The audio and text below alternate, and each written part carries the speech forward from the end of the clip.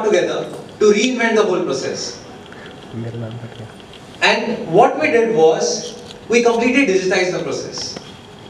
So if you see, what is the scanner that everyone has right now? Yeah, your smartphone.